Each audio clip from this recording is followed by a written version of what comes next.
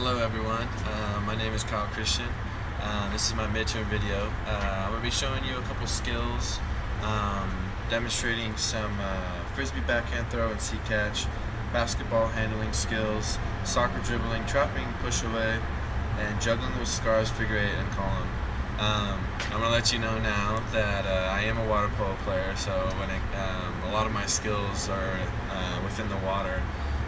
So I'm gonna let you know now that when it comes to dry land sports, I'm kind of uncoordinated, but I'm gonna try my best and hopefully demonstrate these all correctly. And so let's get started. Alright, so when holding the frisbee, I like to start with my non-dominant hand, hold it with my left hand because I throw with my right. So I put my right hand on, I'm gonna put it all the way up against my palm. I'm gonna put my thumb on the outside of this middle ring right here. My index finger is gonna be on the rim. My middle finger is not going to be completely bent or completely straight. It's going to be right in the happy medium, and these two are going to be wrapped around the end of the little of the curve of the frisbee to maintain stability. And your overall technique should all come with the wrist and the little flick. Alright, so I'm going to start with the upper body, what the upper body is supposed to look like. So like I said, your correct hand placement. When you're talking about your upper body, your elbow wants to be at like a 90-degree angle. And then it's all going to be in the wrist. A lot of people like coming over, and it ends up turning the frisbee. So keep your arm at a 90-degree angle and just use your wrist. So when it pops out, you're going to end up flicking it with your wrist, going down to the lower extremities. Personally, some people can like doing just like a basic athletic stance. When I play Ultimate with my friends, I like to, some of the rules is you have a pivot foot. So preferably I like stepping over, crossing over my body, and then coming like this with my arm 90 degree, and then flicking the wrist at the end. Some people you can throw it in a athletic stance, but and just rotate your shoulders and your hips.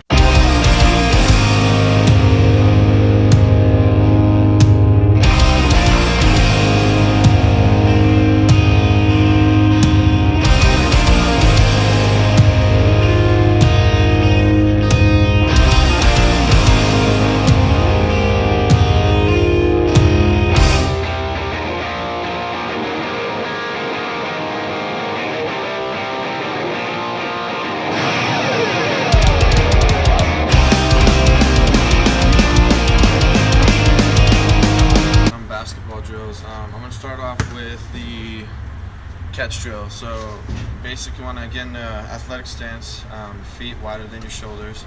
You're going to bend your legs, and you're going to start with the ball between your legs, and one arm behind your back and one arm in front of you. So you're going to start like this: drop, catch, and just keep on going. Alright, so moving on to the next one, which is a ball wrap around legs. For this last one, your feet were wider than your shoulders. This one, you want to bring them inside your shoulders. You're going to sit with your feet inside your shoulders. You're going to bend your knees. You're going to bend over and just wrap around. The last basketball skill would be the figure eight between legs. So this one, back to the first step, you're going to have your legs wider than your shoulders and knees bent just a little bit. We're going to start. Well, let me demonstrate it. So you go between your legs. And when you get better, you want to keep your head up. Look where you're gonna go. So unfortunately, I don't have a soccer ball, so I'm gonna be using a water polo ball. Now let's talk about week 3, dribbling a soccer ball. When dribbling a soccer ball, you want to focus on control. You don't want to kick it really hard. You want to keep it soft. You want to keep it within 3 feet of you, and you want to make sure you can touch it with your feet at any time. When dribbling, I like to look at my shoes. When you're looking at your shoes and you look at your laces, you have holes where the laces go through. On the inside of your foot, I like to make contact with the soccer ball and look at those laces, and right where those holes are. That's where I like to make contact every time I dribble. So let me start with dribbling. I'm going to start back here.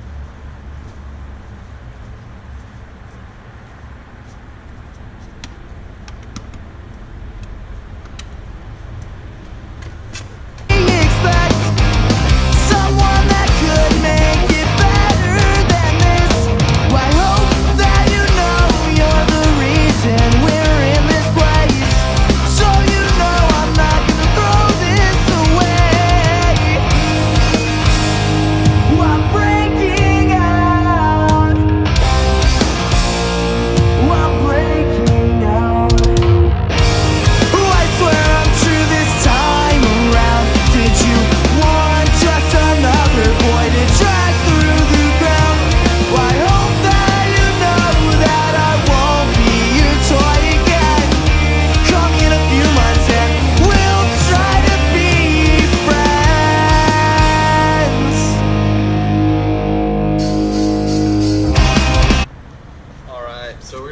next we're going to be looking at the push pass.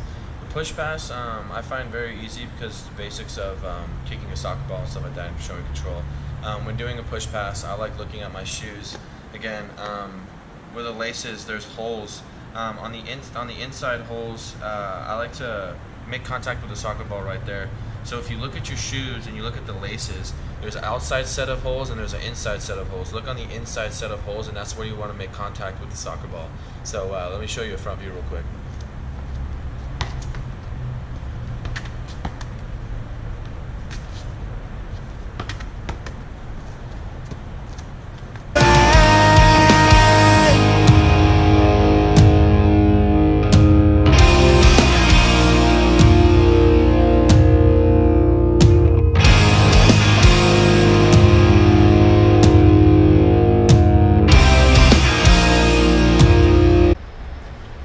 So now looking at juggling in week 4.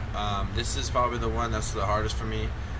Pretty much the hardest for anyone, really. It comes with a lot of practice, and just a week's practice doesn't really help me out that much. But I was watching a lot of YouTube videos, and they were telling me to keep your hand, and for the column juggling, to kind of picture like there's a column right here, and you want to keep your hand inside that column while you're throwing them up and down. So I mean, I'll try my best right now, but you're throwing up, catch, throw, catch, throw, catch. So, like I said, I've been practicing that one a lot, and I just haven't mastered. Okay, now moving on to the figure 8 juggling. Like I said, I haven't mastered the column one. The column one is the easiest one, but when you have to get the column one down to do the figure 8 one. So when you're doing the figure 8 one, you need to throw the column one, and every time there's an open window, you're gonna move your hand through like a figure 8. So you're gonna have a figure 8 motion like this, and then the column. I can't do it, but I'll try. But you need to master the column one, and I haven't mastered it within a week. So let me give it a shot. So you're gonna throw them up, and every time you have I just can't do it. But like I said, once you have an opening for it, that's when you do the figure 8 pattern. Sorry, but I haven't learned it within a week. But also wanted to thank you for watching my video, and hopefully I can master this juggling pattern. But thank you again, and I hope you have a good one.